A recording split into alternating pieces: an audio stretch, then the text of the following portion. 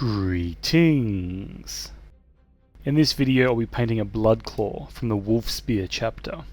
This chapter was requested by one of you guys. If you have any chapter requests, let me know in the comments and I'll add them to my to-do list.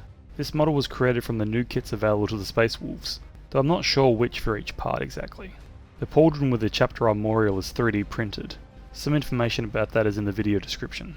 I've gone with my usual black primer, and then followed that with an undercoat of grey Seer through my airbrush. If you prefer using rattlecan spray primers, you can go straight for grey Seer Spray. Now before moving on to how I paint this guy, I want to say I'm specifically not doing the instructions given in White Dwarf 468. Their recipe lacks the blue tone that the colour plates show, despite the example minis after it being a pale blue like the reference. It's strange. As for the rest of the scheme, I'll be using the Insignium Wolfspear shown in the issue of that magazine as a basis. Going straight onto the armour colour, I went over the grey Seer with blue horror. This is a super pale blue that can look neutral grey when under warmer light, so I think it serves well as a base coat. Like most of the paint I'll use in this video, I used a few thin coats to get smooth coverage.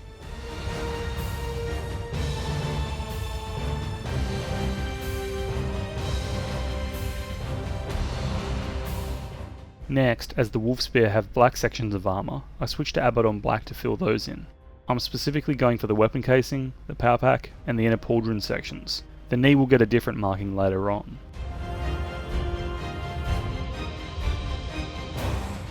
To highlight those black sections, I went in with a Corvus black, applying a thin coat along the uppermost surfaces, and trying to do thinner passes where the transition between the two lies.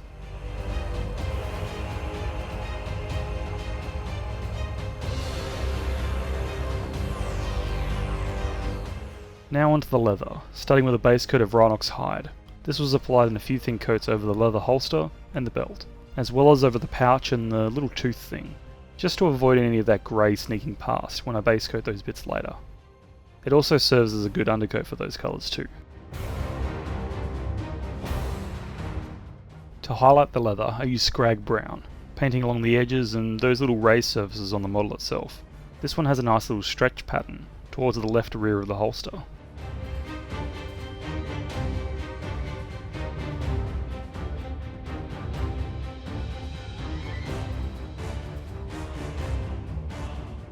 Deathclaw Brown finishes the leather, as I apply small dots around the parts where the Scrag Brown was too uniform, helping break up the surface a bit more.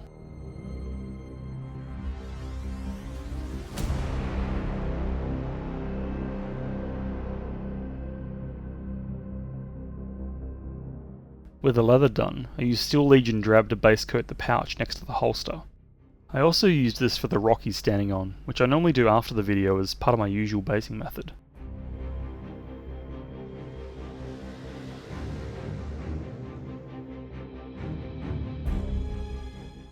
The first highlight for the pouch was done with Baneblade Brown, focusing on most of the surface but avoiding the recesses, both on the top and anywhere that would naturally be in shadow.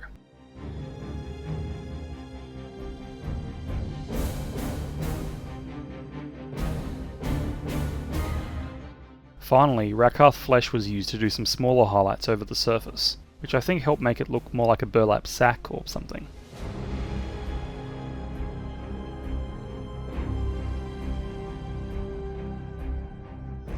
The final detail in this little group is the tooth, which I base coated with Zandri dust.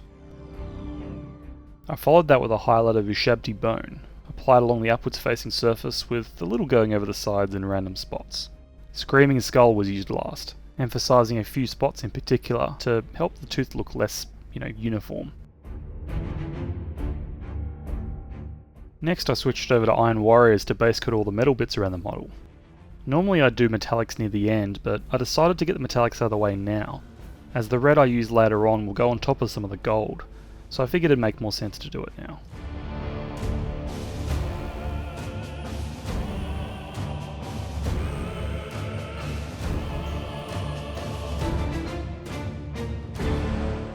To highlight the silver, I used Runefang Steel, again applying it over the upwards facing surfaces on the various metallic bits, as well as dotting in any rivets around the armour, such as on the weapon and on the power pack.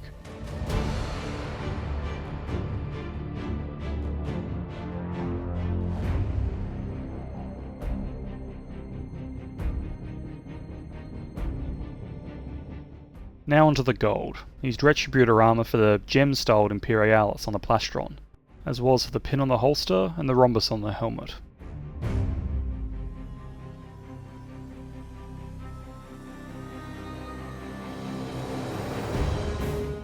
With the gold out of the way, I switched over to Mephiston red and began painting in the close support tactical marking unique to the Wolfspear. To do this, I picked out a rough middle spot, then worked outwards from there. It took a few coats to get it looking nice. I also did the spears on the chapter armorial with this colour.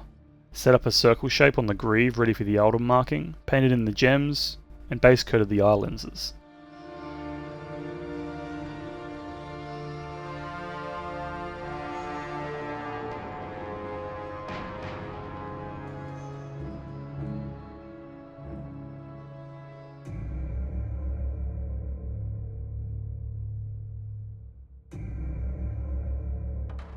Now to highlight the red with Evil Sunz Scarlet, applied similarly to the Corvus black earlier in the video.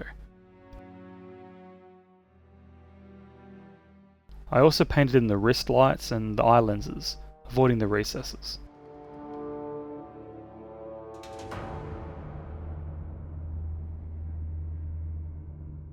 Continuing with the eyes and wrist for now, I used Wild Rider red followed by Lugganath orange in smaller sections towards the middle of the face, or towards one side on the wrist lights.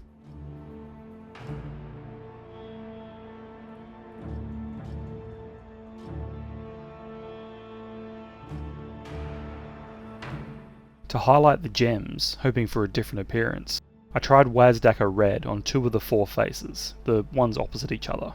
I don't think it's very noticeable though.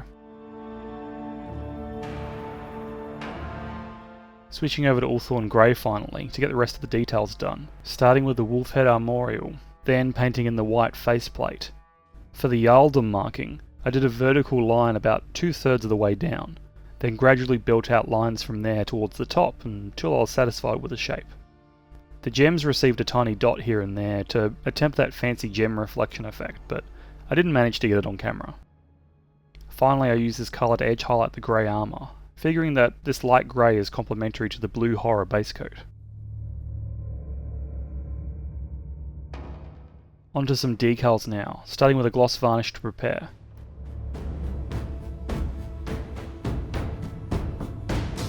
Once it was set, I applied them off camera with Microset and Microsol, specifically a pack marking and a wolf paw symbol. With the grey armour already highlighted, I decided to highlight the black next, starting with Eshin grey. This was mostly an edge highlight, though I did do a little dot on the deactivated wrist console for effect.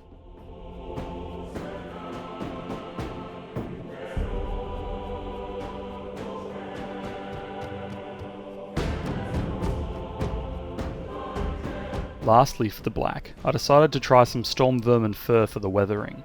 This is a dark yet pale brown colour, which I think does well to keep the black dark whilst hopefully looking as battered as the rest of the armour will be. Now onto some Rhinox hide for some fairly heavy weathering of the blue-grey armour. I started by doing little dots along the edge highlighted areas, before adding some thin lines to act as scratches and such from shrapnel or near misses.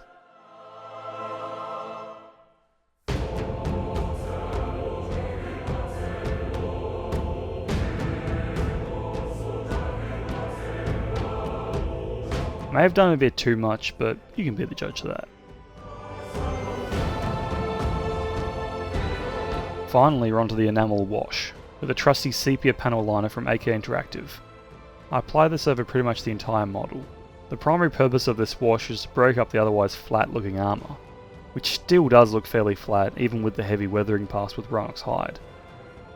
The secondary purpose is adding some grime to the various panels. As it dries fairly quickly, you can judge the outcome and, if needed, go back in with the brush to reactivate it. Or if it looks too stark, you can blend the edges. After waiting a few hours to make sure the enamel was fully dry, I applied my usual basing method, painted the base rim with a black paint marker, and then sealed everything in with an ultramatte varnish.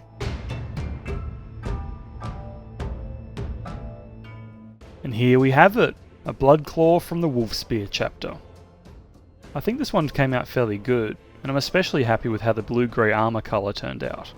I think blue horror was definitely the right choice here, as it's pale enough to give that slight off-grey tone the colour plates show, whilst not looking too dark, which I think Venrisian Grey would have done. I also think going for the Yaldum marking with the red and white was a good idea, especially to diverge from the black shoulders and power pack. It's not that I think the black Yaldum markings would have looked bad, I just like how this bright red knee looks with this specific pose. I was originally planning to do a diamond or rhombus pattern Yaldum marking, but I noticed how many there were around the model. There's one on the helmet, the torso, and even the holster. I figured another one on the knee would be too much. But anyway, that's all I've got for this video. Hopefully you enjoyed it, and let me know in the comments if you have any suggestions for chapters or what you'd do differently for this scheme. But yeah, I hope you stick around for the next one.